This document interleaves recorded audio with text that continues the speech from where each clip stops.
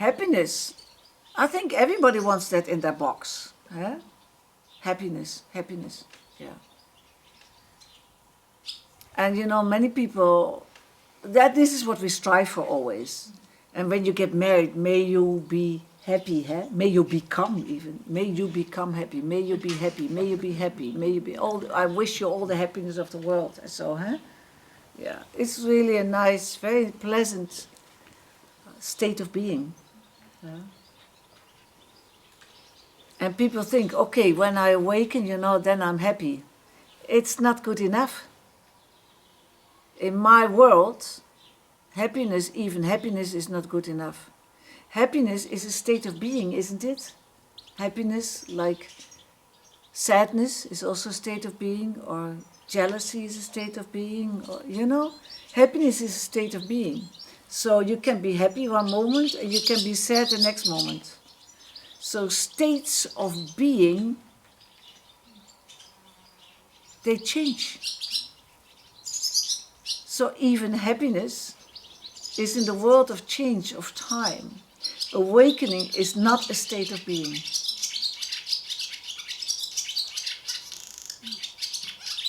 That's why I say I can never say it. I can never really say what it is. I give these words, like I could even include happiness and peace and love and compassion, you know, but they are not more than pointers, pointing in a direction that you can only realize. So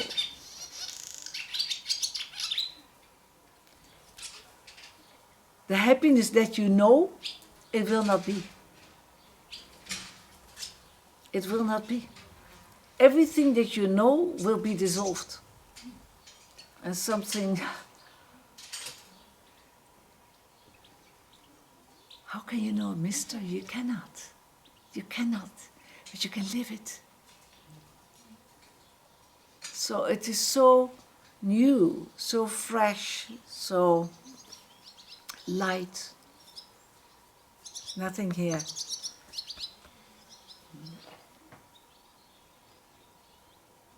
Even happiness will give way for awakening. Yeah.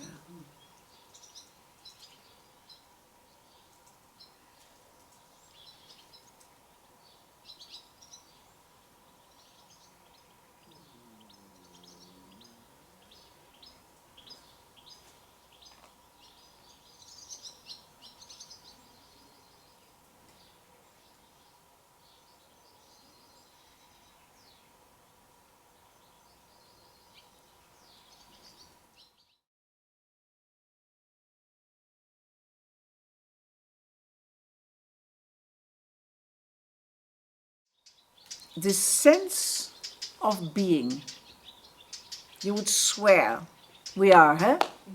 Isn't it? I am. I am. I invite you to not leave this sense of presence. And see how quickly we leave it by, I'm happy, I'm impatient, I am angry, I am not worthy, I am sad, I'm ecstatic, I'm, you know, how quickly we jump from this very impersonal presence to a state of being. From beingness to a state of being. And all the states are changing. All the thoughts are under the law of change. All the life experiences are under the law of change. Change is time. Even the beingness is time, but it is the least identified thing. And this, if you root yourself in this sense of being and not lose yourself in stuff, you know, this is a very good, powerful seed for a quantum leap. You see? In this seat, you're still your being. Completely rest in yourself, in this sense of being. You completely rest. And you don't get involved in anything. And this is very powerful. You will accumulate power to completely relax and surrender.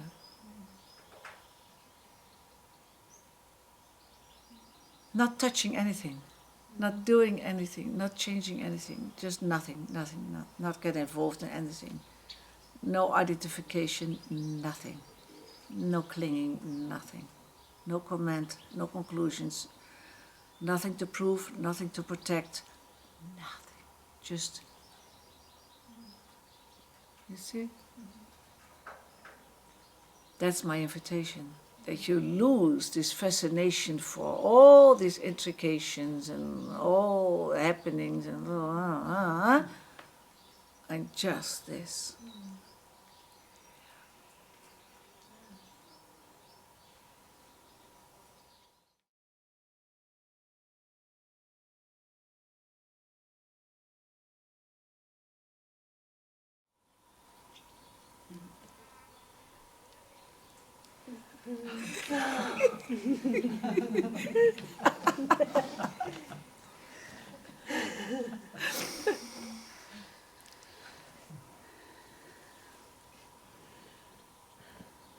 You guys, you can't see this, but the swallows are on the roof enjoying.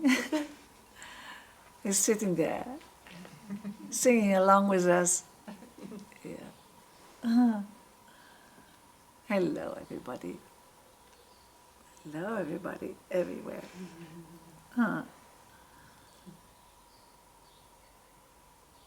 That is nice to be able to sing, huh? We can sing. We are outside, we're in the courtyard. You know, animals used to be here. Horses, chickens, rabbits, dogs, goats, pigs. Now it is us chanting Gayatri mantra. Yeah. You know, there are many people who attending whom I've never met, and many of you may not know. What is this? Om Bhur Bhuva Sva Tat Savitur Varenyam Bhargo Devasya Dhimahi Diyo Yonaha Prachodayat. This is a very, very, very ancient hymn, a very, very, very ancient prayer that all, meaning all, may come to awakening.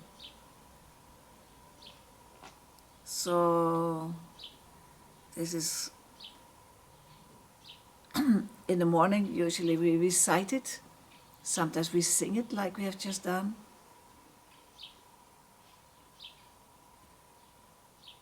It's so deep that I think even after so many years we have only touched the surface of its potential. It is said actually that this mantra is so powerful that this can bring you to awakening. The mantra itself is so powerful, this can bring you to awakening. May all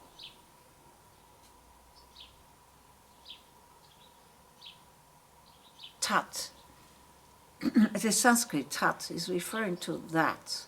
That is referring to absolute essence.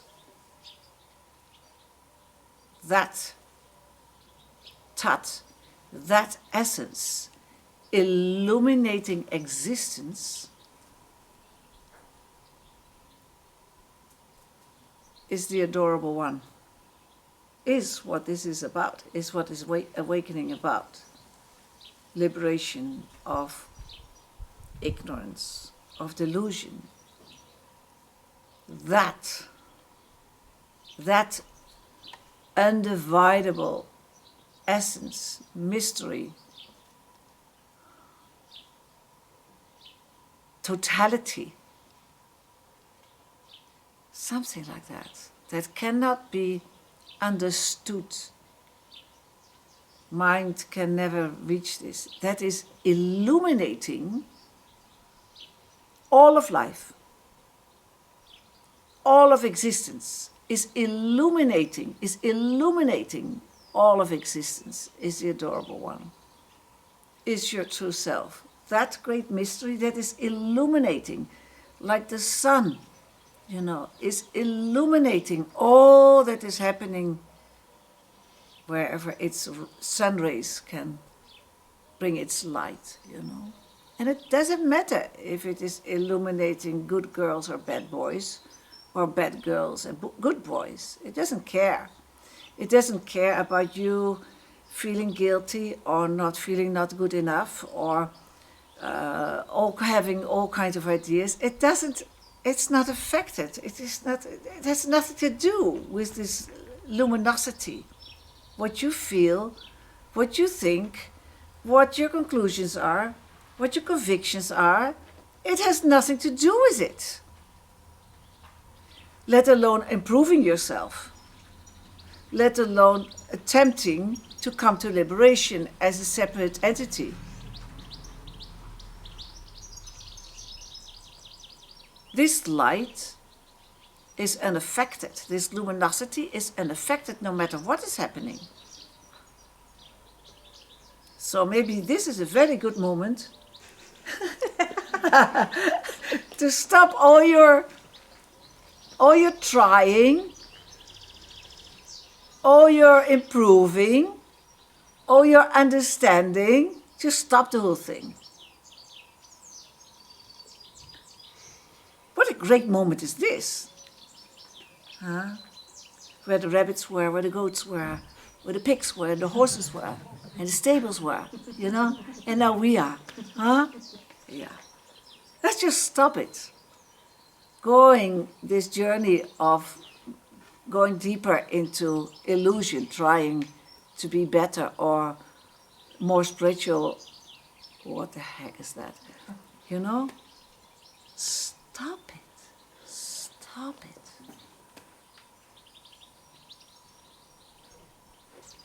This luminosity that is illuminating all of existence, unaffected, unconcerned, cannot be tainted, damaged. Nothing can touch it because it has no form.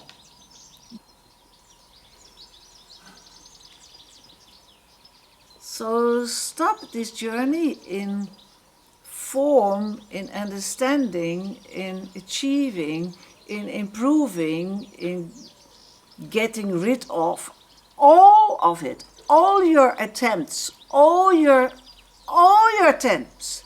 Stop it. So rinse your eyes and your ears and see. Actually, it is apprehending, seeing by heart your true identity. Realize this true identity. So words cannot really reach, but luminosity is quite a good pointer. Luminosity, spaciousness, Everything that is before or prior to the sense of being.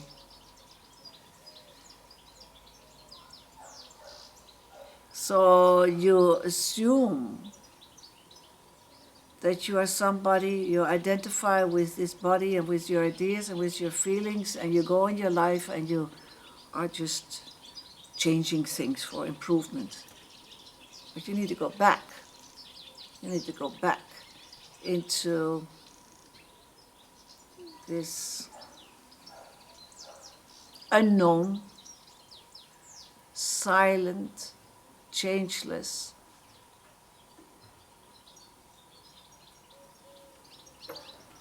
mystery. And this is here that you rest. It is here that you bring your being to full rest, to full stop. And you receive your true self. Who is receiving? Your true self is receiving your true self. So consciousness is becoming conscious of itself. Awareness is becoming aware of itself. It is falling into itself. What it has never left itself. But in your experience, it may feel like, But you only come to see what has always been. And you are completely aligned. Your life becomes completely aligned with life as it is.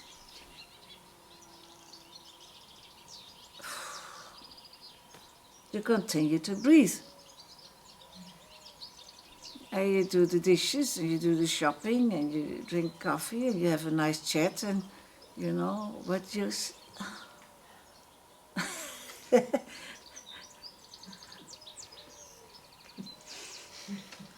Stuff. Yeah. You see? So, normally people feel so seduced, to find a bone to chew on, to work on.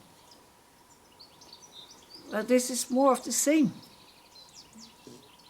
And the one who is chewing the bone, or the one who is working on something, itself is an illusion. Itself is a concept. So you need to be quite aware, quite vigilant. Otherwise, every step there is an abyss. Left, right, behind, and in front of you is an abyss. You definitely plunge in when you're not aware. Just be aware. Yeah. And give up all this pain. This identification is such pain.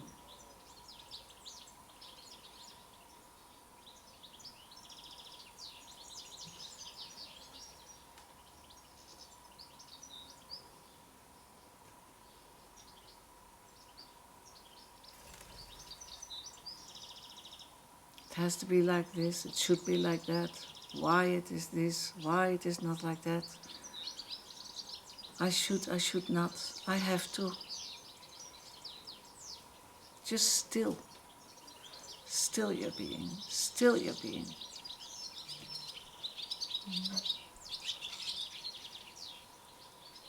So even meditation can be a pitfall. You can meditate for half a century, If you have this sense, I go and meditate, it's more of the same. Meditation can be really very insightful, let's say, practice for a while, that brings you, that guides you into this wakeful awareness, this presence and no strings attached, So it can be supportive, but it can also this can be a pitfall. I am meditating. Oh my God. Yeah. You see? It's also tricky, So every step, can bring you more clarity and can bring you more delusion. So it needs your honesty, it needs your vigilance, it needs, your passion. To clearly see. Nothing needs to change. Are you ready for this? Nothing needs to change. Change is the world of time. It's the world of appearances. And we are so conditioned on change. We must improve this, we must change that. And that's good enough for renovations.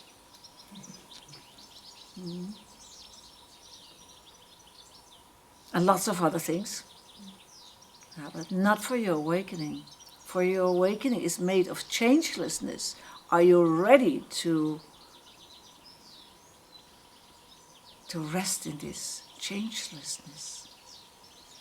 Not knowing, stillness, completely impersonal.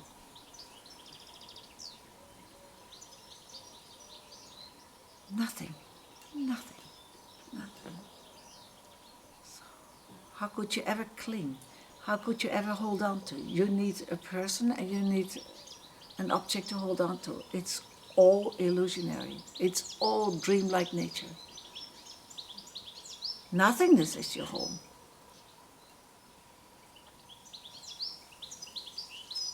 Stillness is your home.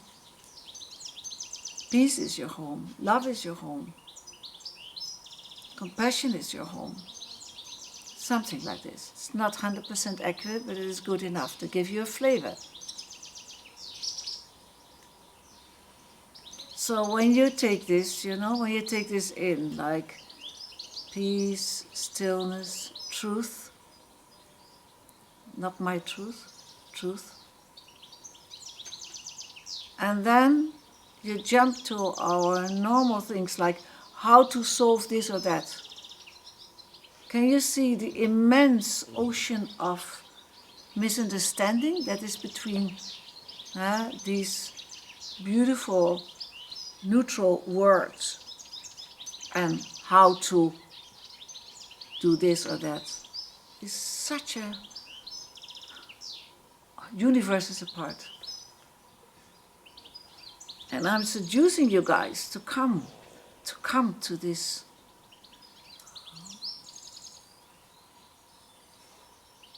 to your home, to this universal home, impersonal. I can even say your home. When you realize it, you see that this is impersonal. So your home is my home, is everybody's home. And you are already home. You are only denying it. Nothing to achieve. You're only denying it. You're overlooking it, denying, resisting. There's nowhere to go.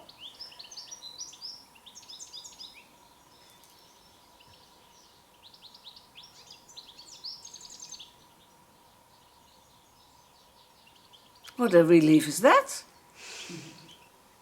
This is for lazy people.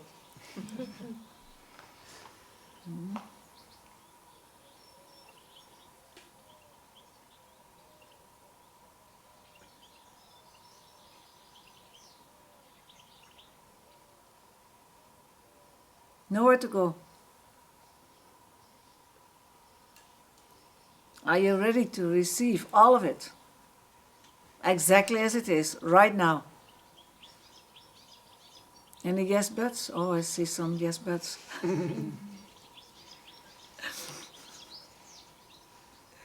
Yeah. All of it. Home is made of totality. You cannot protect any area of life. Oh, not this, don't touch this. No. Home wants everything.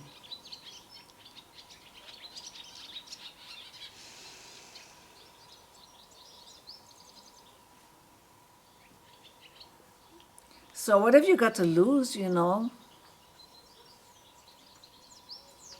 Neediness, you will lose this, neediness.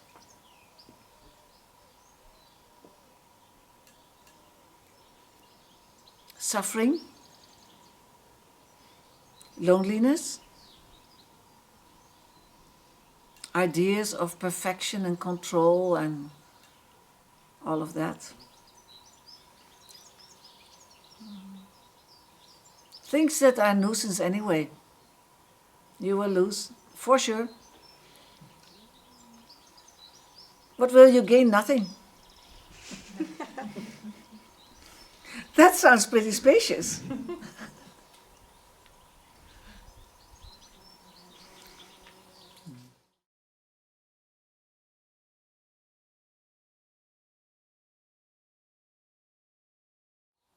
So now I bring in the word surrender. Somebody asked a question, we talked about it last week, I think, to a great extent about surrender, and this person was contemplating the whole week about surrender. And she says, I think this is a word for me for the rest of my life. Surrender, I think it is for the rest of my life. But she says, to what? To whom? What is this? The deeper you go in surrender, the more you realize, yeah, surrender to what? To whom? And actually, who is surrendering? So then you come to a point when you ask yourself these questions. I also mentioned it in the book. Who is surrendering what to whom? You know, when you come to this place of surrender, you know, it has done a lot of its work, but there is still more to go. And don't lose yourself in these questions. Who is surrendering what to whom? You know, you just sink deeper in yourself and don't bother about it anymore. Because nothing can be said right. Everything that I bring here is putting your nose in the right direction. That means woof, woof. That's all. And you have to figure it out. And figure it out not with your mind, but by just going there. Just going there. In your heart, where wisdom, universal wisdom, is waiting for your surrender. Giving up all practice, doing, attempts, and what we are talking about, you know. That your whole being is receptive, fearless.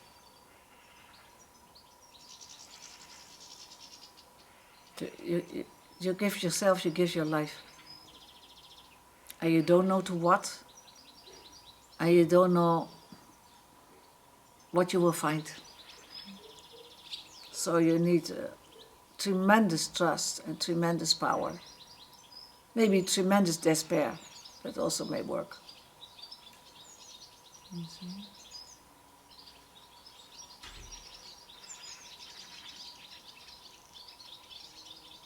But totality is very important. It cannot be this and that, you know, little bit spirituality, a little bit that. No, it wants all. It wants all. Your awakening wants all of you.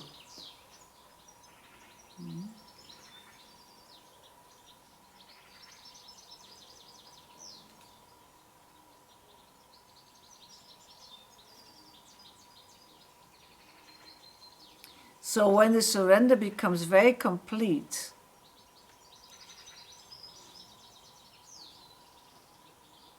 you see, it doesn't really exist. Like boredom, like loneliness, like happiness. When you become at one with whatever aspect of life, it ceases to be. You come to see for yourself, don't believe it, find out for yourself that it doesn't exist. You can see that when you have completely given yourself.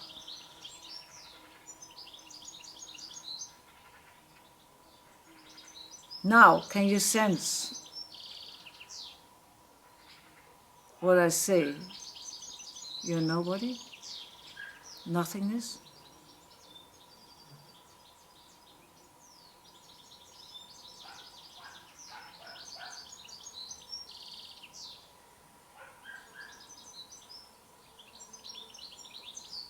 All aspects of life.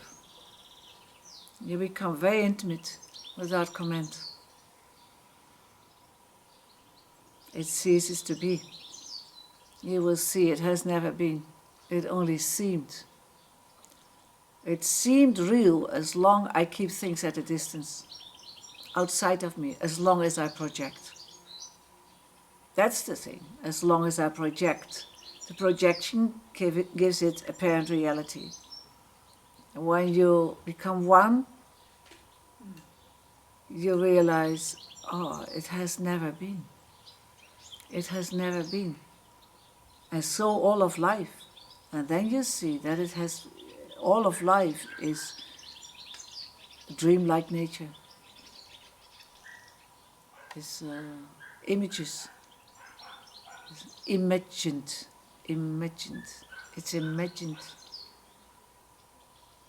It's beautiful.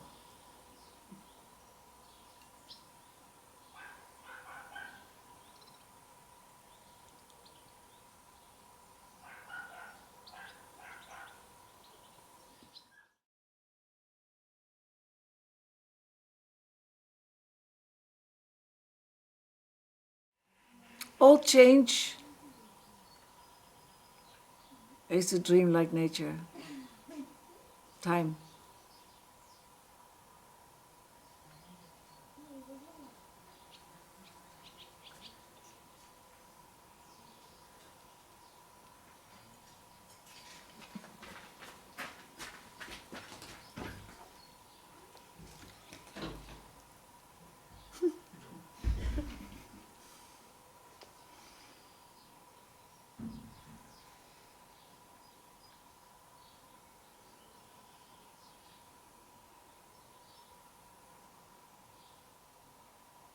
You know, an awakening is just being natural. You do no longer have to this and have to that, you know. You just be natural. It's very simple. It's so common. Just be yourself, just be natural. Natural. Natural. Nothing special. Just natural. Moving along.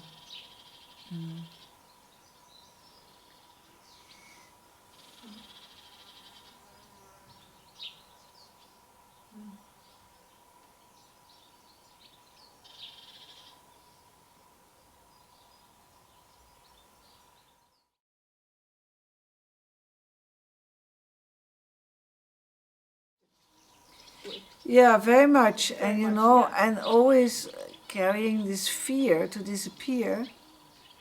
The fear to not be successful, to be meaningless, to not be seen, not be loved. It's always this living this neediness. Please see me, touch me, you know, love me, appreciate me, you know, all of that. It is so needy because you have identified with a fragment. How poor you can be. A fragment of totality that you are. You have identified with a fragment. Of course you are needy. Of course you always feel that you miss something. Because you have identified with a fragment of your true self. That's very poor. So you want it from here, you know, to fill up this gap with all these hopeless relationships, and, you know.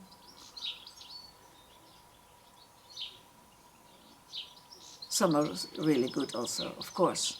But is it a beggar? A beggar? Are you living a beggar? Or are you living the queen or the king that you are, you know? The one, the undividable one, total. And then your relationship, if you have one, your partner is made of a very different fiber. It's not, oh my God, where is he going? Or does she still love me? And all of that, you know. It's just, can be very beautiful, being together and serving each other. Some people have it, some people not. Some people have one and always fighting. Well, I wouldn't like that. Some people have a good one. Yeah, some people have not. Okay, whatever. Realize undividable oneness. And you are no longer needed. You are not identifying with anything. It doesn't apply anymore. Identification is ridiculous. It's absurd. you see it doesn't exist.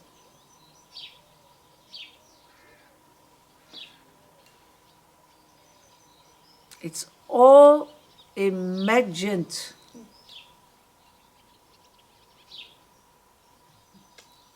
So I think you guys, you have all meditated a lot. Look how beautiful this is. It's all from the gardens. I bet this is Marcella. We all know, in profound meditation, when you come in silence, you all know these moments, when you find yourself in silence and it's so peaceful and there's no need to be anything. Is that right? Yeah, we all know it, huh? Yeah. So this can be your life. Not only these sparse moments. These sparse moments, show you what is possible in your life.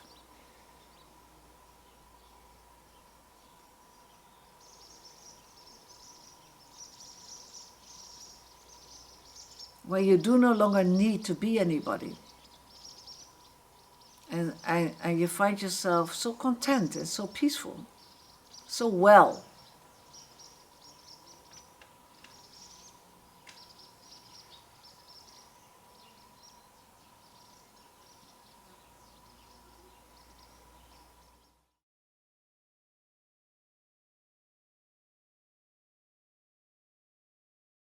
Truth has not a ribbon around it.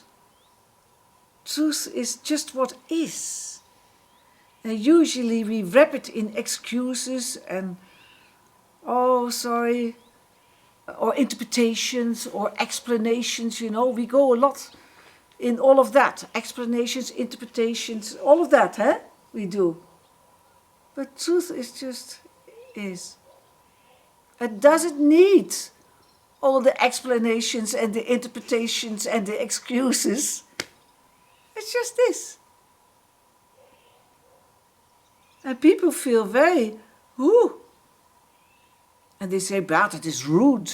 Then they come with that. It is rude. No, it's just what is.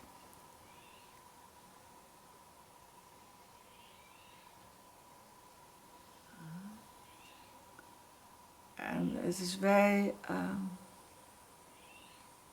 it's being completely in connection with everything and very intimate and very exposed and very still.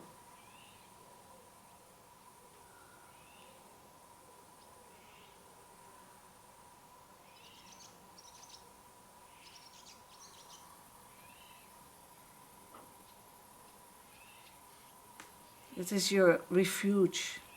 It's your true refuge, truth.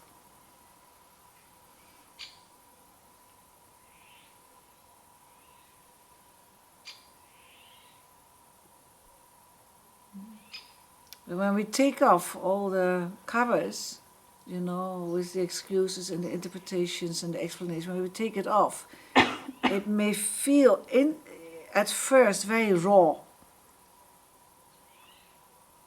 And then later, when you get used to it, it becomes sweet and tender. Yeah.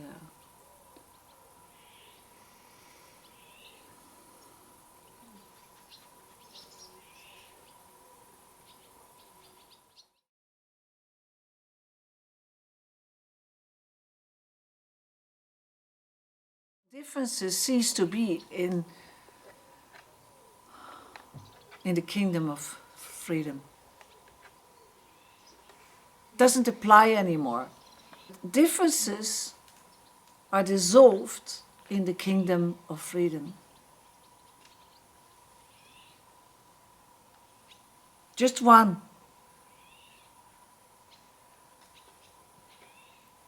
One. One. Mm-hmm. So, awakened or not awakened, same. Rich and poor, same. Life and death, same. Time and timelessness, same. Manifestation and not manifestation, same. And you come to realize what that means.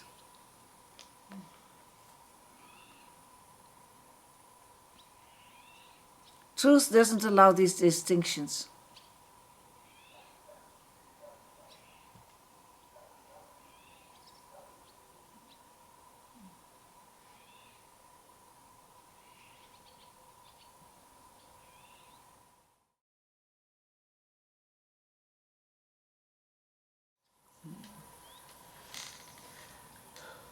So one of my definitions of awakening is that that is the moment where you do no longer need to resist. It's maturing, so this is so throwing up everything. It's so big, so radical, uprooting everything,